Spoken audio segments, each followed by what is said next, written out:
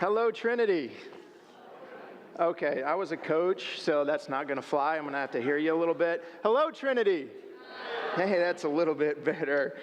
It is an absolute honor and a privilege to be up here. And I don't say that just because I have the mic now and I get to say what I want to. But what I say that is this community has been amazing. If I can be completely honest with you, didn't really expect to be up here 3 years ago and doing this. But if you didn't know, God has a weird way of not doing the things we thought we should do and doing different things. And then we're in the midst of it going, what the heck? And now I'm here, and it's a blessing and an honor. Family, I get the privilege of talking about families. And family, I don't know if you guys know this, but family can be messy. It can be downright hard and sometimes brutal and just flat out mean. But it can also be some of the most beautiful things we've ever experienced. The past 2.5 years for me have been some of the hardest in my life. It's been wrapped around illness and disease, stage 4 cancer, addiction, overdose, and death, loss of direction, depression, dissension in my family, and a change in complete identity. But it's also been some of the most beautiful and the most memorable of my life. And that's what I want to share with you guys, a little bit about me this morning. Can we go to the first picture? So, 2.5 years ago, I met a girl. This picture we just finished. I was a coach. We just finished winning the conference championship and walking through it, something I've always wanted to do. This girl was a softball coach. She also just won a regional. And so we were celebrating that. I had just finished seminary. Stuff is going amazing at this point. And then things started to pick up a little bit. We got engaged because I wanted to put a ring on that for sure. We got married shortly after. And we decided to bring home a little souvenir from our honeymoon in Mexico. This is our family before the little one came. I just accepted a job with Trinity, and my path completely switched. So we decided to move up here. We bought a house. Let's move that a little bit. There, everybody see that?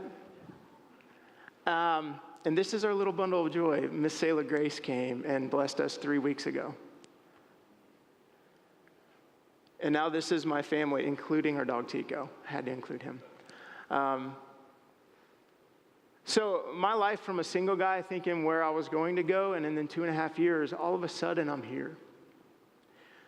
As you can imagine, family took on a little bit different meaning for me now. I thought I knew what it was.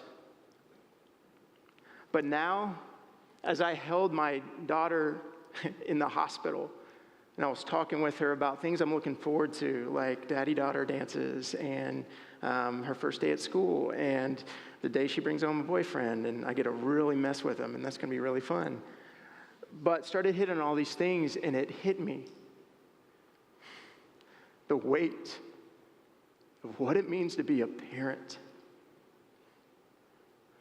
and to raise them up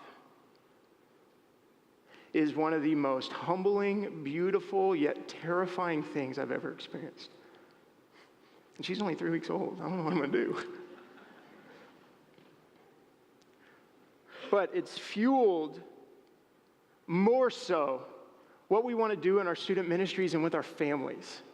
And I want to share that with you this morning. But most importantly, I want to share with you, even if a family is hard and messy, that is the exact same thing that God has used to drive the church and transform the world. Gosh, for history. Pastor Mike, if you're new with us here, Pastor Mike is the usual guy. I'm not. But he's a really passionate guy and loves to teach. And his life verse is Luke 1:17. It says, the mission is to turn the hearts of the fathers to their children, and the disobedient of the wisdom, or to the wisdom of the just, and to make ready for the Lord a people prepared. That is in his blood. That is the reason why he is a pastor now. But it's all in the veins of this church ever since he got here. And it's in the veins of what student ministries wants to be. And before I get there, I need to talk to you a little bit about what student ministries is not, because there might be some misconceptions here. So student ministries is not glorified babysitting. We are not here to simply entertain your students when you drop them off so you can come have a worship experience. If we would settle on that, we're doing you, family, a disservice of not pouring into your kids. This is not a dry cleaners. We are not a dry cleaning service for your kids, as if, hey, my kid is dirty with sin. I'm going to drop him off, and as he comes through, I'm going to pick him up. Oh, he's all clean. Great. He is sinless. She is sinless. She's clean. She's awesome. She's going to obey and listen. You guys did wonderful. I'm sorry. That is not our job. We can't save your children, and we have very minimal influence to actually make them listen to you. We can try. This is not a separate, hip, cool church for kids. And there used to be these. Or I used to feel this way, as if this was one church and then this was another. The problem with that, and the reason why we don't want to be that, is the fact that when they graduate from student church and they realize regular church is a lot different, where do I fit? This isn't me. This doesn't cater to me. And then we lose people in the church. We are one church. We are one church, and that is our vision. And lastly, we are not taking the role of the family and the parents. We can't. We absolutely can't. And it is our belief that the biggest influencers are the people that spend the absolute most time with people. Yeah. Who influences us? Think about it. The most people we hang out with, the most time we spend around, the most energy we spend, it influences us. That's what we talk about. Watch what you're seeing. Watch what you're hearing. What are you watching? What are you surrounding yourselves with? Are you getting around good people to influence you? That's not a coincidence, and it's the same thing in families. But what is the most influential thing for a kid? It could be student ministries, but we may see them 2 or 3 times a week if we're doing it really good. You see them every day, family. Do you realize the influence and the responsibility?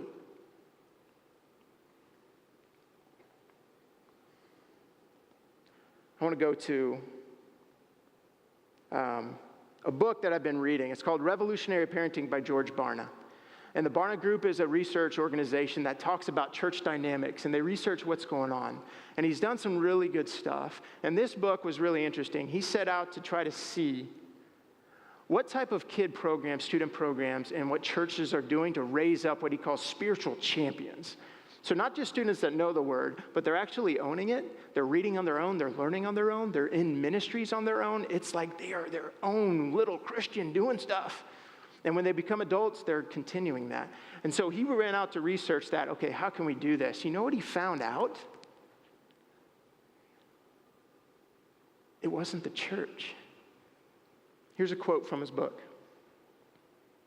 The facts have been indisputably clear. In assessing the impact of churches, schools, and parents, it is the latter who have the most dramatic personal influence on a child. Churches alone do not and cannot have influence on children. Notice this. It doesn't say they can't have influence. Churches alone can't have the influence. In fact, the greatest influence a church may have in affecting children is by impacting their parents, their families. See, George in his research realized that it's that constant influence and who they interact with that makes the difference. And you, parents, you, family, is that difference. The role of the family is paramount in Scripture. If you really want me to continue to try to urge you and convince you this is true, I just decided to research verses and say, see what pops up that talks about protecting, loving the church, loving and protecting orphans and widows. Why? There's a loss in family with orphans and widows. And I can't tell you the amount of verses that popped up that says, church, fill this void.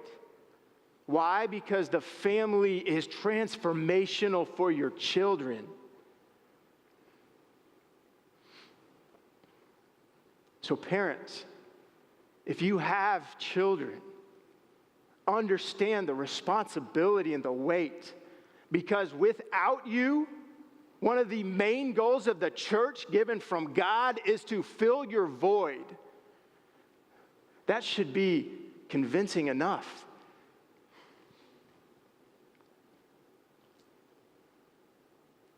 As a student ministry, we want to help with this.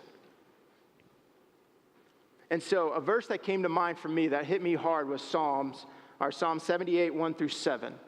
And I want to read it with you real quick. I will utter dark sayings from old, things that we have heard and known, that our fathers have told us.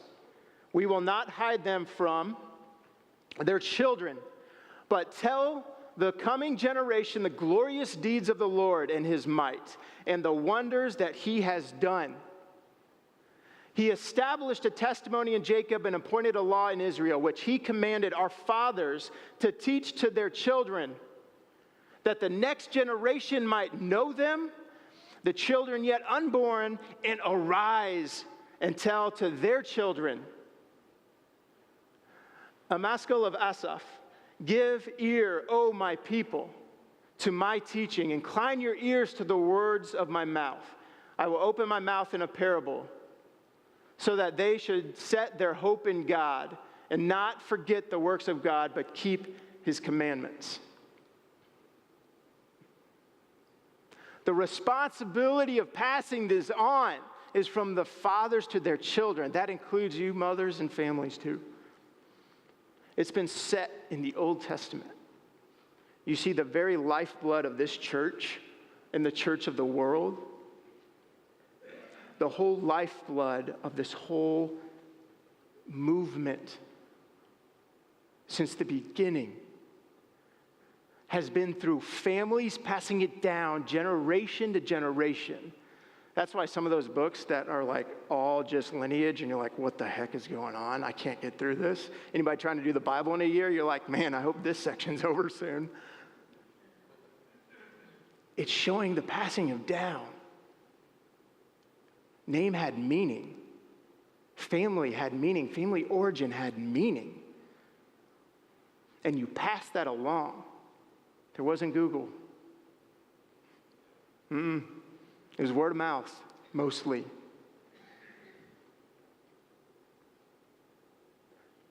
So this morning, I know not everybody in here has family or is a parent. And I know some of you may have grown up in an amazing church family, and for that, I am so happy. Praise God for that. Some of you have not. Family was actually hurtful, painful. Family has actually left a scar in you that continues to seep. Some right in your face and some slowly that's affecting your marriage and the rest of your family. Family's hard. But I want to promise you, wherever you find yourself in family, you personally, God works to reconcile everything back to himself, the way he created it. And he will continue to work, not only in you, but in your family, if you believe that. He does. He's done it in my family. You see, I was similar. I had a family that seemed great, but there was a lot underneath. And he's continuing, 9 years later, continuing to reconcile that.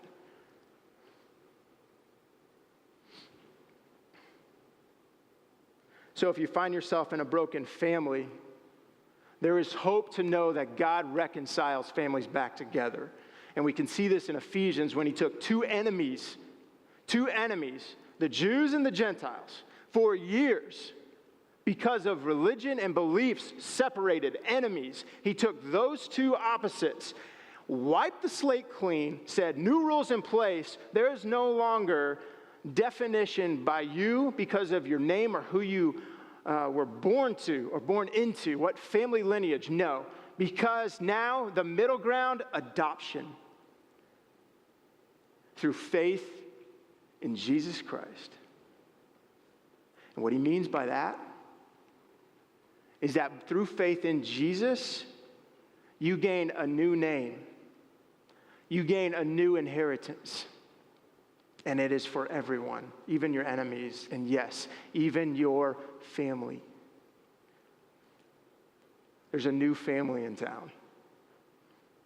And you can have everything that it has to offer, and that's through Jesus Christ. If you have no family, look around. Go ahead right now, look around. Because just as the widows and the orphans talked about coming around these people, because God understands and has completely designated the idea of family for him and good, look around, because we as the church should be your family. As you look around, you see brothers and sisters. You see mothers and fathers. And yes, for those who for some reason or another can't have children, you see children too. Church, we need you. We need you to be this family.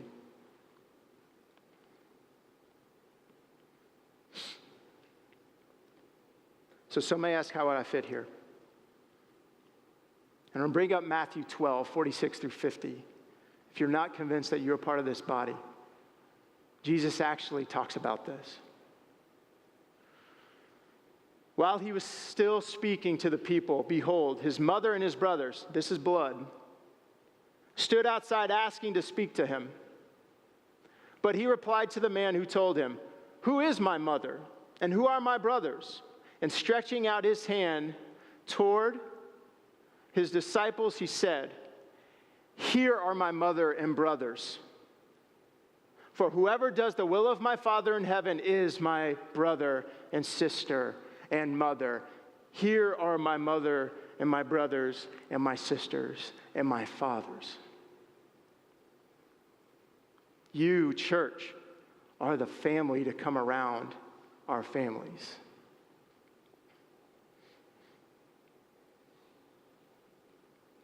I want to ask Josh to come up real quick. I'm going to finish up here soon. I want to get into where we are in our series here. We are in an unstoppable series. And the message today is to talk about how unstoppable the family has been and why God has used that. I want to go to the scripture that we read first in Acts 13. I'm going to read it through, but I want you to understand and get this. It starts with family and it ends with family. And the responsibility to raise up the next generation lies here. And in the middle of the family and family is the gospel. Brothers, sons of the family of Abraham, and those among you who fear God, to us has been sent the message of this salvation. For those who live in Jerusalem and their rulers, because they did not recognize him, nor understand the utterance of the prophets, which are read every Sabbath, fulfilled them by condemning him. And they, though they found in him no guilt worthy of death, They asked Pilate to have him executed, and when they had carried out all that was written of him, they took him down from the tree and laid him in a tomb. But God raised him from the dead, and for many days he appeared to those who had come up with him from Galilee to Jerusalem, who are now his witnesses to people. And we bring to you the good news that God promised to the fathers. This he has fulfilled to us, their children, by raising Jesus. As also it is written in the second Psalm, you are my son, today I have begotten you. It starts with family. We are a part of this.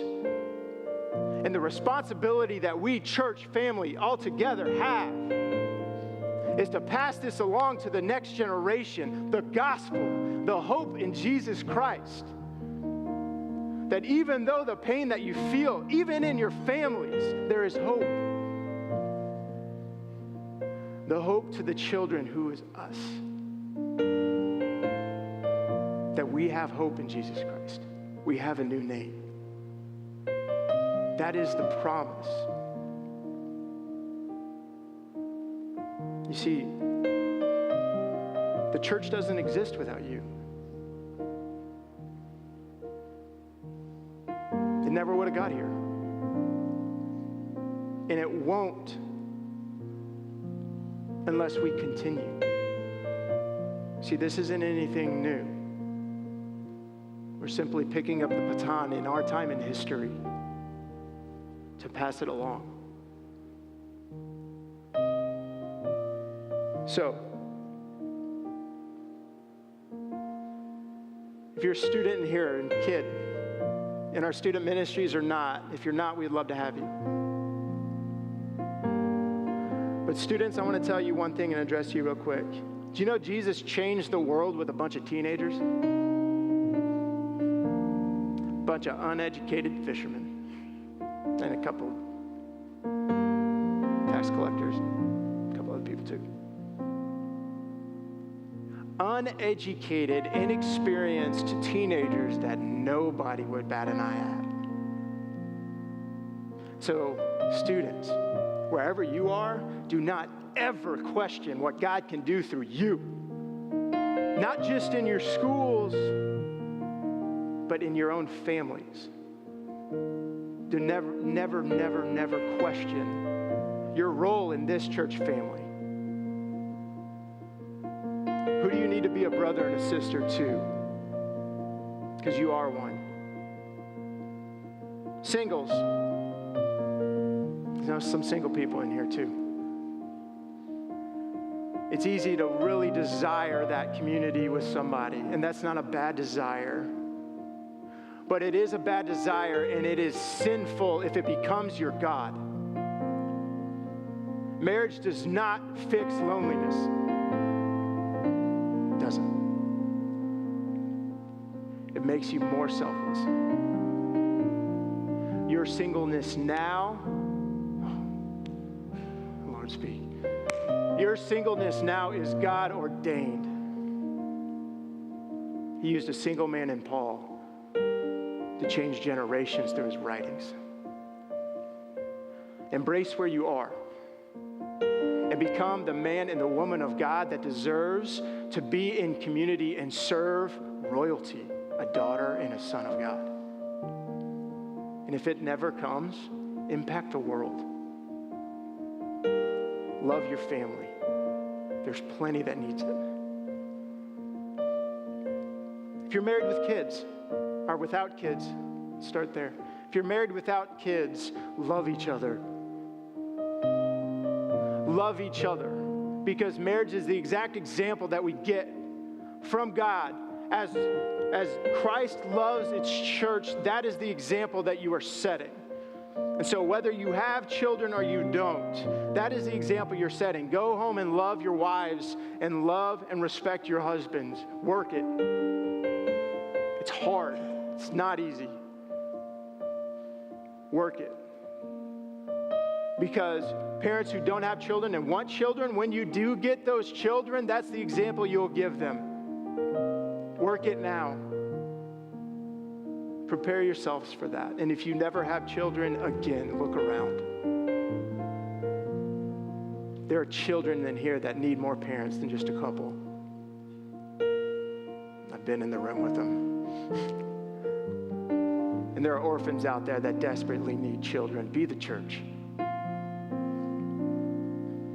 If you're married with kids, it's in your face. It's, hey, I'm right there with you now.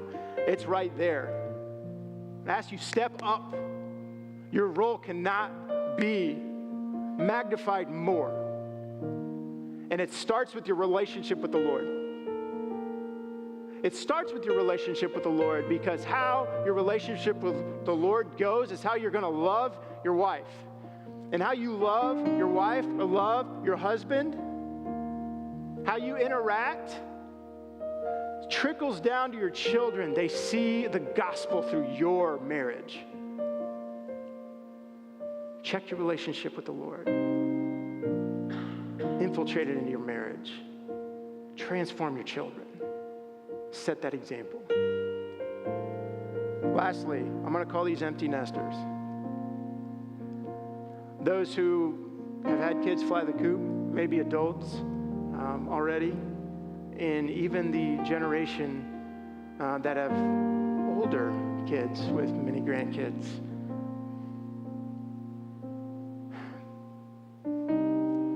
Great job of persevering and raising children, but your job's not done. You see, now they need mentors to learn how to parent their children. And if you didn't do a great job the first time, there's still hope. Start today. Don't wait. And the generation that may not think they have any influence anymore, we need you. Life experience speaks for itself. That's why we're the church.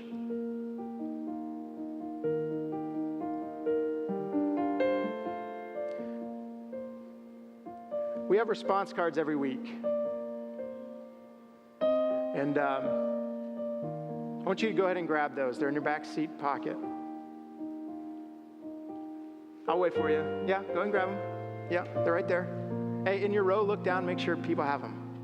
Yeah. And if they don't, be a brother or a sister and tell them that, hey, family, we need one of those. Yeah, get them a pen.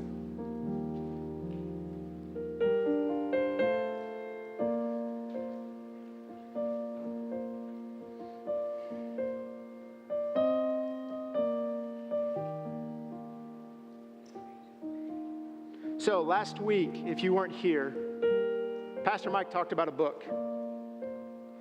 It was by, let me check, Tom Mercer. He talked about a book from Tom Mercer, and he said, you have 8 to 15 people in your surroundings that you heavily influence. 8 to 15. And we wrote those people down. Now I want you to think about family. Church family. Who in that circle are you a mother to? A father to? Who are you a brother or a sister to? Actually, you know what? Better question. Who desperately needs you to be? Who desperately needs you to be family?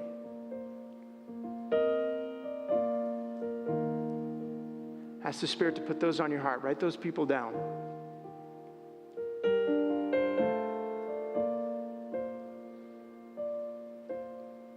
What opportunity have we not taken to be family to those around us? They are in front of you. Take them. Where is God calling you to be family? I pray that you will listen to God and take that step. Write those people down. Go.